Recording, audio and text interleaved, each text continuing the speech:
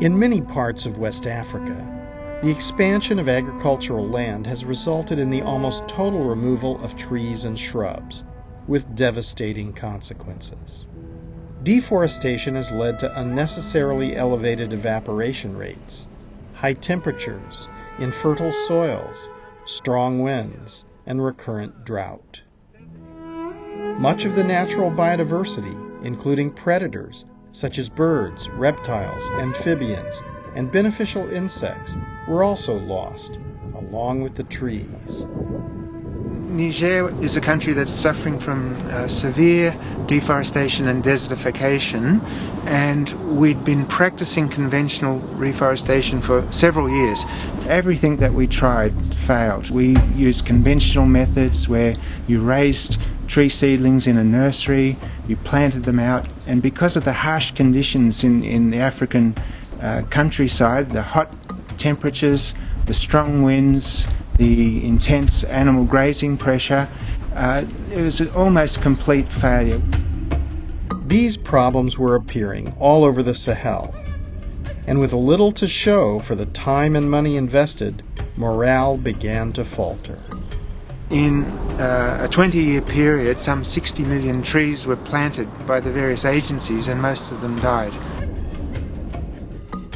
After years of trying, one day, Tony Ronaldo realized the solution was right under his feet. It was one of those days when I was feeling very, very low. I was actually carrying a load of tree seedlings from our central nursery, and I knew full well, based on the previous experience, that most of those trees wouldn't last even 3 or 4 months between the goats, the termites, and sometimes even the people pulling them out.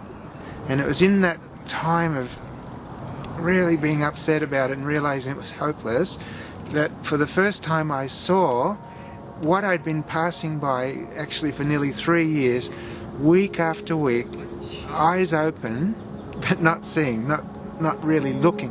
What appeared to be small shrubs that didn't grow more than 1 metre tall, I realised for the first time that these were actually trees that had been felled and the stumps had re-sprouted, and each one was potentially a tree.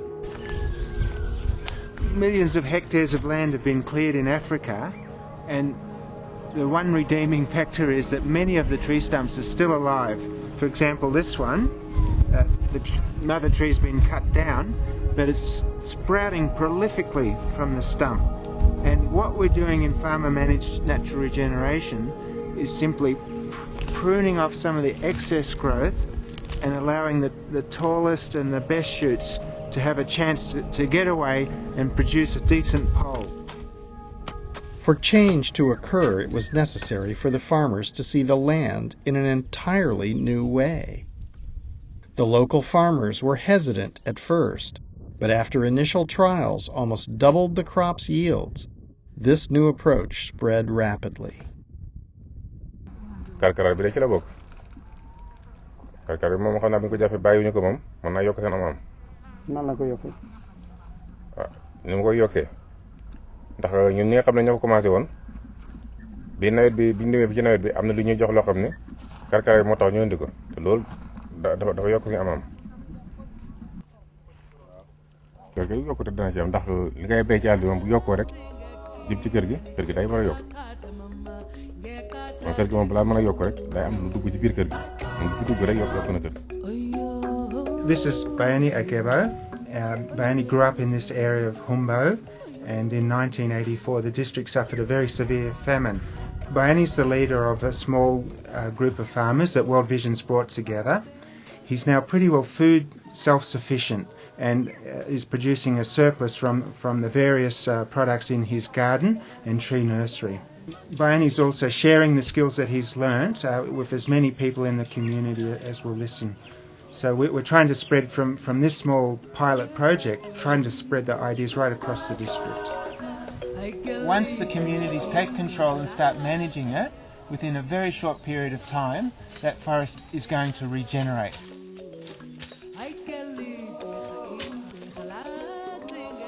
parce que yéen xanaa matal karkar yi ba mat bu ci ngeer nekkee ma matal ko ba mat ndax dañuy aar tool bi ndax bu fekkee ne màgg na bu ndox mi dikkee taw bi foo ji fu karkar nekk boo demee ci taat bi day am solo lool ndax loo ci ji day nangu bu dee ngeer gi boo ko jubbantee day am solo loo ci ji day nangu kàddu yu mag yi boo seetee ne fi mu ne bu tawee kàddu gu mag goo dem dangay fekk mu tubaarkàlla loo ci ji day nangu kon karkar yooyu moom la ñu war a yar mu mel ni kàddu yu mag yi ndax kàddu yu mag yi ci karkar la jëkke moo tax bi ngeen ñu xiiree na karkarit nu jublu ci karkar di ko jubbanti te xam ne moo ñuy jàppale ëllëg rek jàppale xale yi jàppale njaboot bi. Farmer Managed Natural Regeneration is possible when the farmers understand that they're aligning their own behavior to what nature wants to do naturally. All the farmers need to do is not degrade the system, and then nature provides everything that is necessary for restoration. Many of the trees that have been cut out over the generations are still present. The stumps are still alive, still in the ground. And what's needed much more than a technical innovation or an injection of large amounts of funding is simply a change in the way people manage the land and an understanding that everything that people need to restore the land is already there.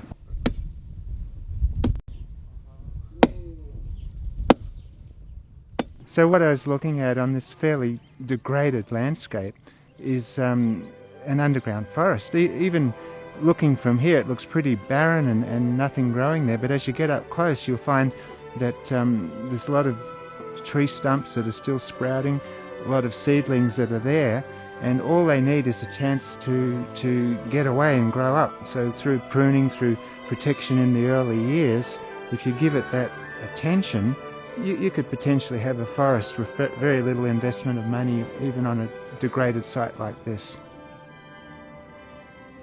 What we've got here is a thorn tree, and if the management of this area doesn't change, it'll never get any taller than that. It's regularly getting harvested by wood collectors, it's regularly getting chewed off by livestock, and all it needs is protection for, say, 6 to 8 months and a little bit of pruning to clean it up, and that can become a tree. With the return of ecological function to the land, the farmers are able to diversify their harvest and grow crops that increase food security as well as income. 2 years ago, this area was without any diversified kind of crop. It was only maize that they grow, and maize fails every year. They depend only on food aid most of the time. Now you can see cassava, mango, avocado, papaya, and banana, and other kinds of fruits.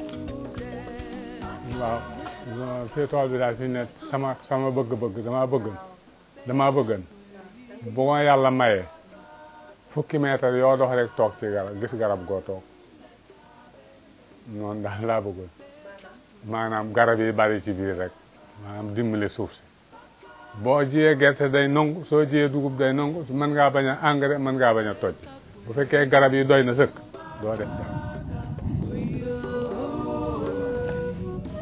Restoring the ecosystem is not just about enriching the soils and increasing biomass.